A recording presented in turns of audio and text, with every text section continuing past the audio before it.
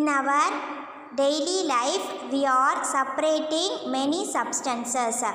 For example, tea leaves are separated from the liquid with a strainer while preparing a tea. Here, the impurities are settled down on the strainer and we get a useful material as a tea. And another activity we do in our daily life is removing of butter from the milk. Here, butter is get by crushing a milk or a curd. Have you watched the activities? Yes. What I am doing there? I am separating impurities from a component. Yes. What is separation means? The separation of components. Components means two or more substance combines together to form a components of a mixture is done to remove undesirable and harmful component to obtain pure and useful component. By doing separation, we can able to separate a undesirable and harmful component from a substance to obtain pure and useful components. Here, undesirable means unwanted and harmful means something which cause danger. We are separating undesirable and harmful components to obtain pure and useful components. There are different methods of separation. Let's see what are the different methods of separation. A single method of separation can never be used to separate all the substances.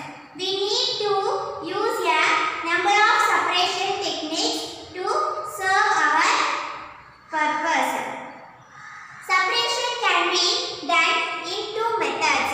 First is solid from solid, which means solid particles from solid particles can be separated by using these methods. What are the methods? Hand picking, threshing, winnowing and sieving. Let's see one by one. The first method of separation is hand picking. What is hand picking? It means the method used to separate impurities visible to the naked eye. Some impurities such as stones, unwanted grains and insects can be separated from rice, wheat and pulses by this method. What is hand picking? The method used to separate impurities visible to the naked eye. Naked eye means which are visible to our eyes. The substance which can be able to see with our eyes are called naked eye. Hand picking is a method used for separating slightly larger sized impurities like a piece of dust, stone and husk from the wheat, rice or pulses. Here in this activity, I am picking up a stone from the rice with my hand. I am removing a larger sized impurities from the and the next method of separation is threshing.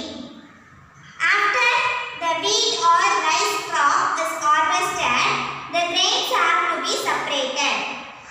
To do this, the threshing method is used. Threshing means the process that is used to separate grains from starch. that is used to separate grains from stalk are called threshing. Stalk means dried stem. The process that is used to separate grains from dried stem is called threshing. You must have seen bundles of wheat or paddy stalks lying in a field after harvesting the crop.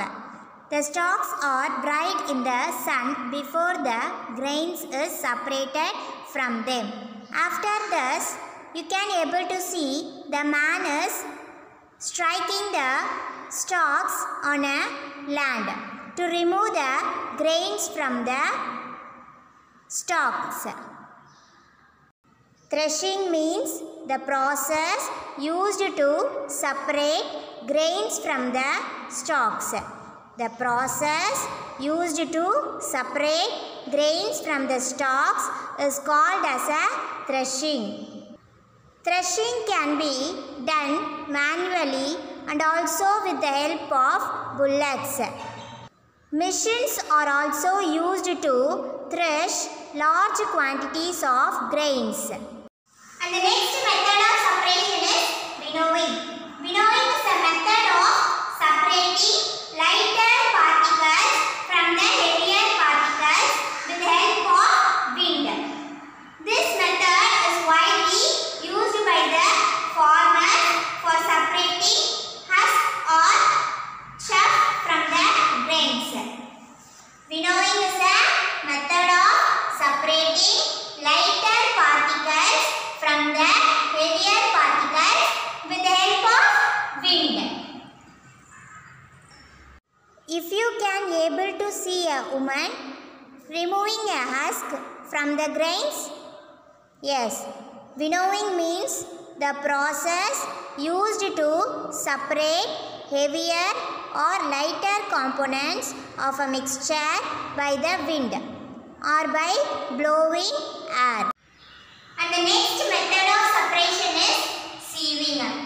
The method used to separate substances that are of different size is called sieving.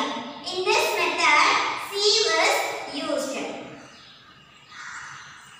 The method used to separate substances that are of different size is called sieving. Sieving is used to separate substances that are of different size. In this method, a sieve is used. Here, you can able to see the sieving allows the fine flour particles to pass through the holes of a sieve, while the bigger impurities remains on the sleeve itself.